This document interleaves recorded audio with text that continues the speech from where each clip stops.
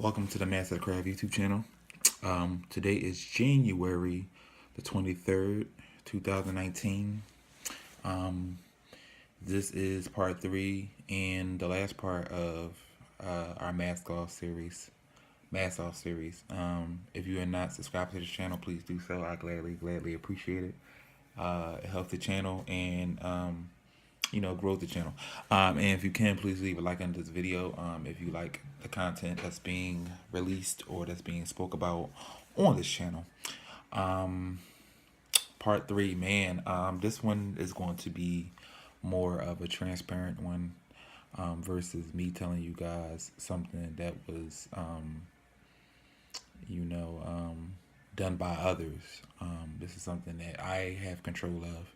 This is something that I can change, that I did change. This is my past. This is my truth.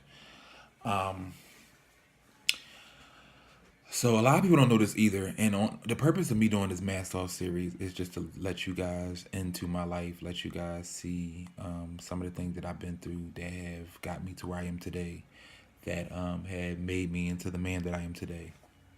I've had a very rough, as you can say, last 5 years. Last year was actually a pretty good year, and the year before that was half and half. And you have your ups and downs throughout the year. Like nobody has a straight, perfect year or life. Nobody's life is perfect. None of us are perfect. Life comes with a lot of obstacles. It comes with a lot of ups and downs, a lot of pitfalls and stuff like that. So when you get older, you realize that, and you realize that this is what life comes with. This is what it entails. This is what God has for us. But it's all to get us to a certain point. It's all to get us to a certain level, or level in Him, or level period. God just intends to mold us and shape us into who He wants us to be, what He wants us to be. It's all according to His plan. But I had a period of time in my life where I was living on the street. I didn't have a place to go. I moved out of my mother's house when I was 18, and she actually moved to Delaware because she met a guy, and her and the guy had formed a relationship. So she moved out to Delaware to be with him, and their intentions were to be married. His intention was to be married. So my mom said she wanted to move to Delaware. And because I had a job in Philly, and my ministry was in Philly, everything was in Philly, I did not want to leave. So I had to kind of move fast and get on the ball with finding my own place. Fresh out of graduating high school, and actually about to graduate high school because I didn't graduate until I was 19. I was on my way to 19, but I was fresh, a fresh 18-year-old, new adult, quote unquote, as they say, with the 18 years old. So yeah, so she was going to move, and got my place and graduated, all that good stuff. And first 3 months were good, and then the job I was working at Chick-fil-A at the time. They started hiring a lot more people, so my hours was getting cut. I started out working 40 hours, and actually I cut down to about maybe 20 to 23 hours a week, and that was not enough hours for me to be able to support myself, for me to be able to pay rent, for me to be able to pay electricity or gas or water or whatever have you, whatever I was paying at the time, or cable or anything, or put food in the house. It wasn't enough to do any of that. So had to try to look for another job and couldn't find one, and was struggling to find a second job. Told my supervisor, my boss, that I needed more hours because it wasn't enough to support myself, and him telling me that he couldn't do that. I hadn't been there long enough to even ask of such a request from him. He was saying I hadn't been there long enough. So make a long story short, I ended up getting evicted from that facility, that house I was at. Um, and I remember going to various family members and just asking them if I could stay there for a little while. I still had the Chick-fil-A job, but asking if I could stay there for a little while, and I'll get them money here and there, but to try to save up to get something better, or just simply to get another spot. And I remember having family members tell me that I couldn't stay with them and stuff like that, and to go to family and not be able to go to family kind of puts you in a mind frame like you really like you're out here alone, because if you don't have your family support, then yeah, it makes you feel a certain type of way. So going to them, going to various aunts and uncles and grandmothers and whatever have you, and asking them if you can stay with them, and all of them turning your way saying no, and then being put in a situation where you're not able to wash yourself or brush your teeth or wash your face or do any of these things. Um, it makes you feel some type of way. I mean, so when I got turned away all those times, I basically had to stay on the street. I basically had to sleep in parks. I basically had to sleep on park benches or just wherever I could lay my head and get up and go to work the next day. And I remember I stayed in the park this one night, and it was so noisy out there, and it was raining and stuff like that. It wasn't raining too hard, but it was raining like mildly raining. It was so much noise out there, and I was in North Philly, so I felt like I was in danger, um, because I was outside. Anything could happen to me out there. I was not behind closed doors. So that night, I literally think I was up till 6. Didn't go to sleep till 6, and my intention was just to get maybe a couple hours because I had to be to work at 9. Um, Ended up oversleeping. Woke up at 12. Woke up to people in the playground. People looking at me like, "Why is he sleeping in the playground?" Um, and ended up being late. So my boss had marked it as a no call, no show because they were trying to contact me. My phone had been dead. Got to work and basically got fired on the spot. It was already hiring people anyway, so they had a very, very low tolerance level. So I got fired on the spot. So at that point, I'm homeless and I'm jobless. I remember during that time, I was still ministering, and I was still dancing and going from church to church, and I was still charging at the time. I actually was charging at the time, not charging what I charge now, but I was charging at the time, and every time, and I still was getting the same amount of engagements. I not maybe I get a little bit more now, but I was still getting a good amount of engagement. I still was dancing every weekend, and churches being like, "Well, we don't have the funds to pay you, and we can't meet your requests and stuff like that," and still going anyway. Not all the time, but it was like 50-50. Sometimes they'd be like, "We can do it." Sometimes they'd be like, "We can't do it." So that was my only means of income. That was my, if I wasn't getting anything from dancing, I basically was not going to eat. Because mind you, I'm on the street.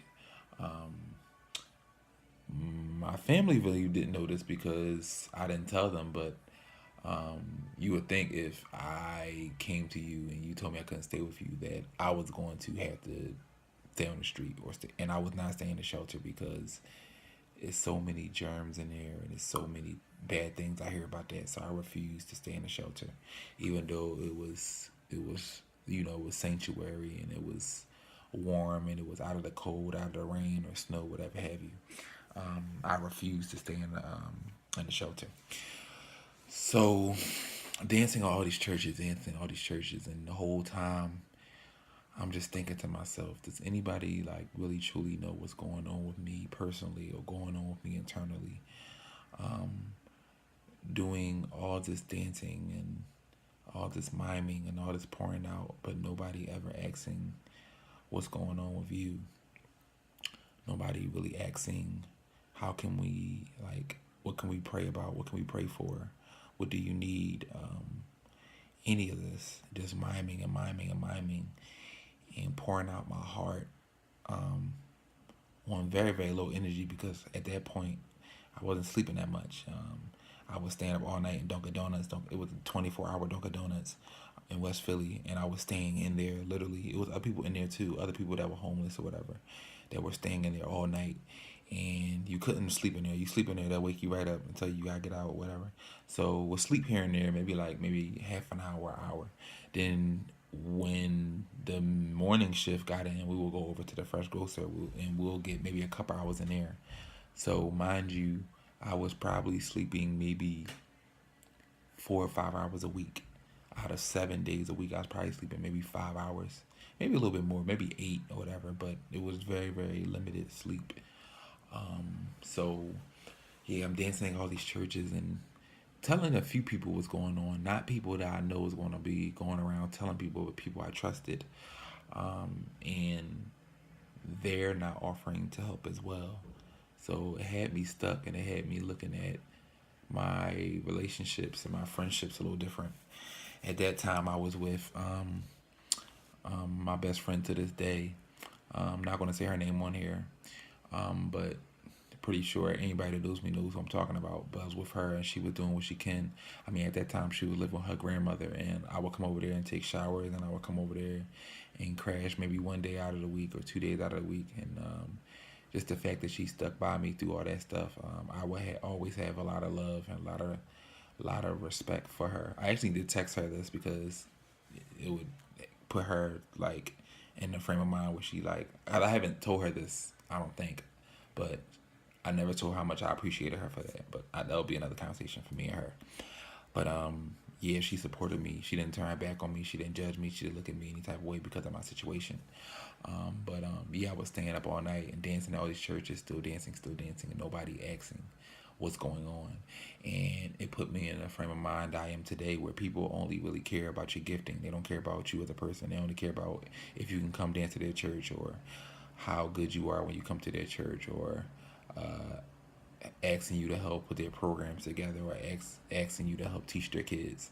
They're not really concerned about your health, your finances, or your mental state. They just care about your gifting. So yeah, so I was homeless, man. I was staying up all night and sometimes riding the train back and forth, sleeping on the train. I did it all, man, and then still giving God the glory in the midst of all that, still going to minister in the midst of all that. Nobody knew what was going on. Um, my feet, because I wasn't laying down in the bed, my feet, my ankles, everything, and it was very, very cold outside, and I didn't have the proper shoes on. My feet were very, very swollen because if I don't know if you guys know, but if you sit up for enough period of time, you don't lay down, all the blood or whatever goes to your foot, makes your foot swollen. So I was struggling at that point to even my it felt like my feet had grew and my feet were beginning to hurt in them shoes, because my foot was so swollen at the time from sitting and standing all day and never laying down. That's what happened. That's what happened, and the fact that I had holes in the bottom of my shoes, so it was snow sometimes and it would rain, and the water would get into my socks, and then I wasn't able to go anywhere and change my socks. I didn't have an extra pair of socks, so I wasn't able to change them. So mind you, all that wet moisture and all that water and stuff is just building up and just staying there, and then you're not laying down, so everything's going to your foot and focusing on that area. So it's getting very, very swollen, very, very fat, and very, very, just very, very uncomfortable. So yeah, I had to be homeless for about maybe 3 months, past Christmas, and it was during the winter time, so it was very, very cold outside, mind you guys. So there was not I'm going to sleep outside type of feeling. There was a get sanctuary type of feeling because it was very, very cold outside. Some nights 20 degrees, some nights 15 degrees, and if you're lucky, you might get a 30-degree day, but even that's still cold in itself. And not having the proper coat, the proper hoodie, or the proper shoes, having holes in your shoes, all this stuff I was dealing with.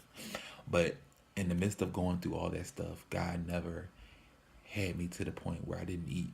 I ate every day. Now, it may have not been 3 meals a day, but I ate at least twice a day because the ministry was providing for me, and people just kept blessing me with money and helping me where they could. So I never went hungry when I was on the street. I always had money. And people in the Dunkin' Donuts I used to hang out with, the other homeless people, they used to be like, man, you homeless, you always got money and this and that. And I'm just like, man, God just provides. And I'm just in there telling my testimony and getting to know them. And I was able to use that as an opportunity to minister to a few people in there. And I was just in there, we were just in there talking. There was a Muslim guy I met that was really cool. We was in there talking about religion. And we had a lot of interesting conversations and just dialogues and stuff like that. And just bouncing um, ideas off of each other and just talking about our experience and our childhood and stuff like that. So that situation taught me a lot. It taught me a heck of a lot.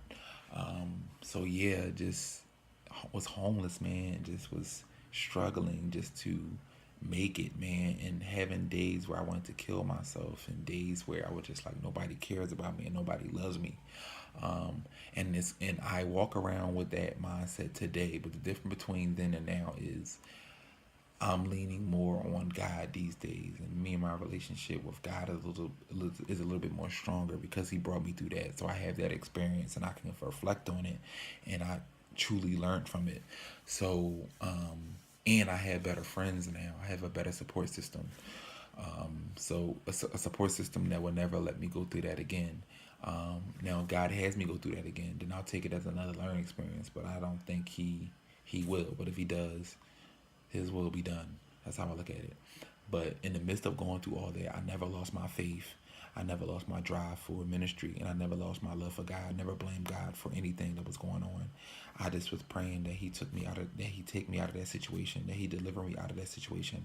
I never lost my faith, and there's so many of us that go through these situations, and the first thing we do is we blame God, and we point the finger at Him and say, God, why? God, why? But we also have to look at what we're doing wrong and things we can improve in, because sometimes it's our own wrongdoing that lands us in these situations. Not trying to preach to you guys, but I'm just letting you guys know what's going on. So that whole time, me going through that, I never strayed away from church. I was in church faithfully every Sunday. Church people not knowing what's going on, but trying to freshen myself up and get myself together so people don't see what I'm going through, and trying to mask it. Still miming to my full potential and still giving God my all, but yet hurting behind closed doors. Yet going through something behind the mask, behind the paint. That's what this mask off is about. Um, Going through these things and masking it and covering up, and nobody really truly knowing what's going on. People lacking the discernment, or people lacking the understanding or the care to even ask what's going on or to even see what's going on. But God knows all things. Um, so yeah. So in going through these situations, you begin to do a lot of things to survive. Um, at that point, I was bouncing from place to place. People were letting me stay here and there, but the majority of the time I was on the street and stayed with a few people and did a lot of stupid things, man. Stole money and stole clothes and stole a lot of things, just in the means to survive. Now, I'll be transparent and honest with you guys, enough to know that, yes, I can tell you, yes, I have stolen. I've stolen maybe thousands of dollars. I don't know how much I've stolen. Stolen cars, stolen a lot of stuff.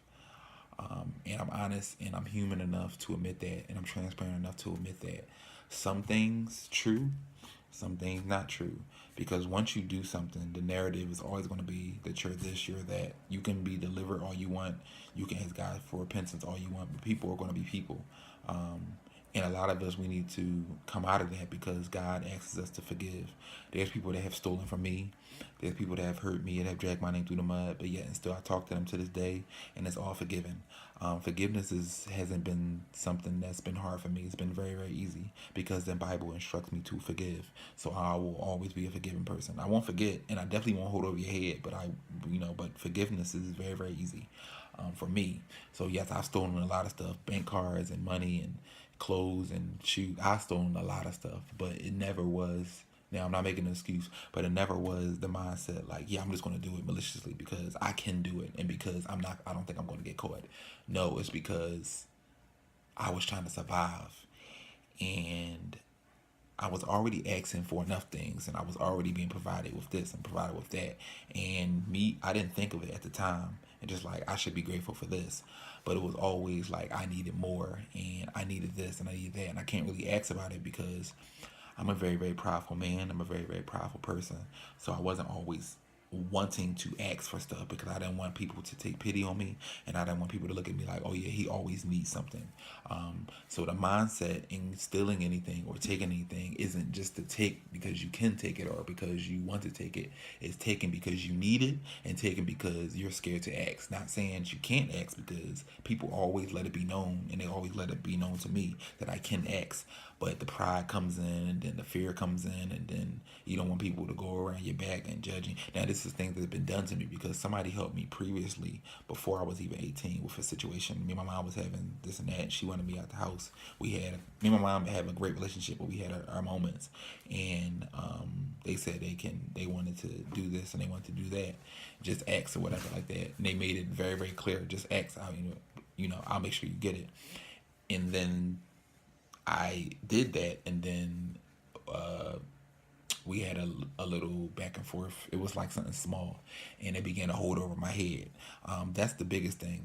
If you're helping me and I'm in a very, very bad situation, I'm vulnerable at this point, don't hold over my head. That's the worst thing you can do. So me going into these situations where I had to steal things, which was wrong, my mindset was like, yeah, I don't want nobody to hold this over my head. So I'm not going to keep asking because then they're going to think I'm helpless. They're going to think that I always need something. And I don't want nobody to look at me that way. But nobody will take the time to sit you down and hear these stories. They'll just judge from afar. I can honestly admit I've done a lot of dumb things. I made a lot of mistakes, but God has forgiven me, and I am a stronger person. I'm a better person today. Regardless of what people say, I haven't done anything in a minute. I left that in 2016, 2017. I left it all there, all the bad stuff. My goal is to grow every year, is to improve every year. My goal is to make it to the gates and to make it to heaven. I don't want to continue to do the same dumb things over and over again, because God's going to definitely remember it, and he's going to definitely hold it above my head. He's the only one who is allowed to at this point, that I don't look at it like, oh yeah, you holding this over my head, because that's God, that's Dad, that's Pop. So yeah, so nobody will ever sit down and pull you to the side and ask you this. My whole goal with this Mask Off series, and this is something I'm going to pick back up on next month. I want you guys to know everything about me. But my purpose of doing this is to let you guys know, let you guys understand. We have to sit, we have to dialogue, we have to sit to listen and seek to listen, because once you listen, you understand. We can't keep pointing fingers, we can't keep talking all the time. Sometimes it's best just to sit and listen to understand, not listen to judge, not listen to point fingers, not listening to frown upon or look down upon, but listen to understand. I work with a lot of children. I've taught a lot of kids, and the number one thing that they say they want is they want somebody to listen, because they feel as though that they don't have a voice in church and they don't have a voice in their family, because once they say something, they're judged, or once they say something, they're told to be quiet or keep it to themselves or keep their feelings and emotions to themselves. And parents, you don't want your kids to, you want to be as approachable as possible. You don't want to be always yelling, always cussing, always making obscene, because it's going to make them feel like they can't come to you. So just to avoid all that, all those shenanigans, they're going to skip around coming to you, and they're going to come to somebody else who they may trust, who they may have that relationship with, that they're comfortable enough to tell their struggles or tell their deep dark secrets. And I told my mom this all the time growing up, and even now, all the yelling and all the bickering, all that stuff doesn't make me warm up to telling you anything. If anything, it makes me pull back and hold back, because I don't like the reaction. The more approachable you are, the more you'll get. Trust me, and the more the kids will come to you, more people will come to you and won't be afraid to come to you because they are worried about your reaction. People have come to me and told me they took a lot of my stuff, and the reason why they're comfortable coming back and telling me, because in person, those on Facebook may not think this, or those on YouTube may not know this about me, but I'm very, very approachable. If you come to me the right way, because I am a minister, I am an evangelist, and I'm supposed to be approachable. I'm supposed to be a listening ear. I'm supposed to be understanding and caring on all these things. I'm supposed to be this. I'm supposed to be what God tells me to be. So I hope you guys appreciate this series. This is one of the more personal ones, and this is more the media ones, because I've been wanting to say this all week, but I had to hold off to part 3. So this is part 3. This is the last one. I'll pick back up next month with a few more topics that I want to discuss about my life. But I hope you guys have enjoyed these. Part 1 is on here, part 2 is on here, and this is part 3 for your viewing pleasure. The next couple videos will be dance videos, but I try to switch it up every once in a while. I love you guys. Again, if you have not subscribed, please do so. This is a channel where we're not just going to be dancing. We're going to be talking about something with substance. We're going to talk about something that's going to minister, and something that's going to promote change and preach change and stuff like that. And just understanding, getting to know somebody is very, very important. So I love you guys. Peace.